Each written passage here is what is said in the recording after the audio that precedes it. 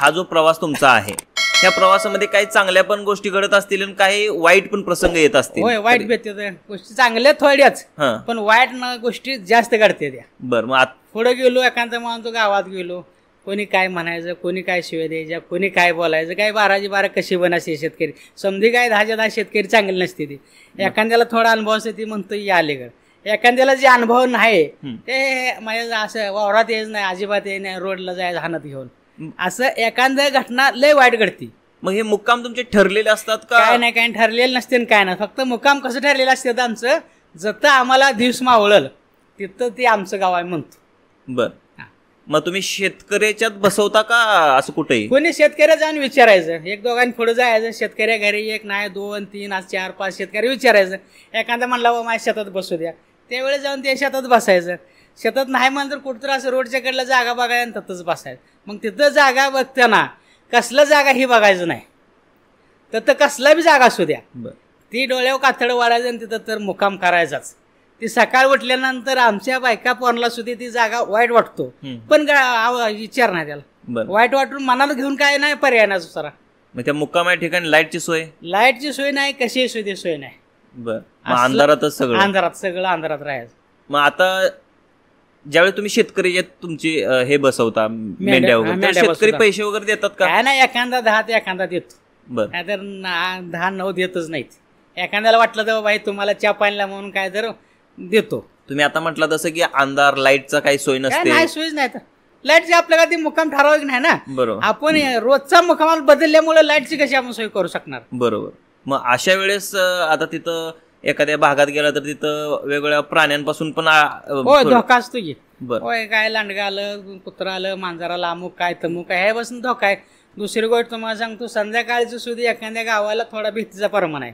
आपल्या असं गावाला एखाद्या भीतीचा परमान आहे, आम्हाला ती शेतकरी सांगू शकतो बाबा इथं असा भीतीचा परमान आहे, तुम्ही ह्याच्यावर जरा थोडं हिरात जावा. मग आम्ही काय करतो, संध्याकाळचं 2-2 तास समजाने ते जागतो आम्ही आणि त्याला ते ध्यान राखत बसतो. तुम्हाला सांगतो रात्री सुद्धा एखाद्या गावाला ही अशी घटना घडती, काय चोर आहे, चिल्लट आहे, काय बी आहे, मग ती शेतकरी आम्हाला संध्याकाळी सांगतो, तुम्ही बाबा ह्या गावाला असं आहे, तुम्ही थोड्या गावापासून सावध राहा. मग काय करायचं, फेरावारीने 1-2 तास आम्ही काय जे 4-4 जण 5-6 जण जे असतो त्याने ते 1-2 तास जागायचंच. असा पर्याय करायला. मग अशी कशी लांडग किंवा अशा प्राण्यांपासून अडचणी अशी कधी घटना घडली का? घडलेले ते लय घटना अशा घडलेल्या त्यानं, लय घटना अशी. लांडगा आले, ती वाघर तोडले, एखादं पिल्लो नेलं, एखादं मेंढी मारले, घटना घडती त्याची. मग अशा वेळेस काय पर्याय राहत नाही? कशा पर्याय, अंधारात कशा पर्याय? काय कुत्रं काय भुकलं तर तेवढं उठून बघायचं, काय दुसरं काय पर्याय त्याला. बरं, मग त्या लांडग्यांपासून माणसांना काही म्हणजे होतो घे. रात्री एखादं झोपेत नव्हतं मग दसरी आपण झोपेत असतो, उठायचं, पळायचं, एखादं कुठं पड, कुठं सडगोस, कुठं काय व्हा, मग तर म्हणजे पर्याय आहेच. ते मग काय पर्याय, आपण काय माहिती आहे का आपल्या इथं काय काय रोड आहेत तर एखादं झोपेत उठलं, लांडगाल म्हणून एखादं झोपेत उठून सुद्धा जाऊन मोहर हे करतं या. बरोबर, असं पर्याय आहे ना त्याला. आता ज्या ठिकाणी तुम्ही मुक्काम करता, आता उन्हाळ्याचे दिवस असतील तरी काय अडचण नाहीये, पण ज्यावेळेस पावसाचे दिवस चालू होतात, पावसाळ्यात लय हाल. लय हाल. संध्याकाळचा पाऊस आला तर ती तेवढं झोपडी करायची, कडेने ती असं बांध गाठलीवर घालायचं. त्यात एखाद्या वेळेला लय पाऊस आला ते तर ते बांध गाठलेला फुटला तर ती आमच्या समजा कुटुंबात पाणी येते, सगळं पाणी त्या स्वयंपाकात पाणी राहते समजा. म्हणजे एवढं असं हाल आहे त्या मेंढक्यांचं. मेंढक्यासारखं मला वाटतं कोणाच हाल नसते त्याला, एवढं हाल मेंढक्यांचं जास्त आहे. म्हणजे पालाचा अचानकच पाऊस वाढला, वारा आहे, वादळ आहे, काय अचानक वारा आलं तर ते उपसून ते पडतं. मग ते त्या पावसात उठायचं, ते भिजत, ते झाकायचं. मग एखादं बांधवरनं पाणी आलं तर तिथे आपण एवढा 4 बोट त्याला कट घातलेला असतो, ती सुद्धा फुटू शकतो. मातीचं कडेने भोवतीने बनवायचं, ती सुद्धा फुटू शकतं. मग ते फुटल्यानंतर तर मग त्यात पाणी येतं. यात आमचं जे स्वयंपाक बनवायचं असते समजा, पीठ दळण आमकं काय जे असते त्यात पाणी येतंय सगळं.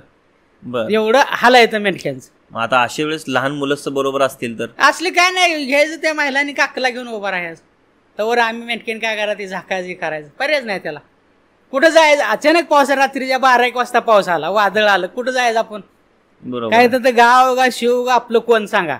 आपण कुठं गाव इथं, मेंढ्या कुठं 3-3, 4-4 किलोमीटरहून बसवलेलं असते त्या, काय गाव का काय, कुठं जायचं रात्रीच लोक काय घरला. बरं, आता ज्यावेळेस तुम्ही एक मुक्काम झाला, आता दुसऱ्या मुक्कामासाठी निघणार आहे, त्यावेळेस तुमचा संसार कसा घेऊन जाता? समजा रोजची रोज बनवायचाच. बर, ती जाळं करायचं, त्यात समजा भरायचं, ती 4 बायकांनी बोलवायचं, ती उचलायचं आणि घोड्यावर ठेवायचंच. बर, मग घोड्यावर ठेवल्यानंतर ती समजा बांधायचं, मेंढराची पिल्ली त्या घोड्यावर बांधायची. बर, काय आपलं एखादं पोरग असलेली लेकरं होतं त्या घोड्यावर बांधायचं आणि ते मोरच्या गावाला जायचंच. त्याशिवाय पर्यायच नाही. नसेल तर मग मेंढक्या लहान नाही पुढं.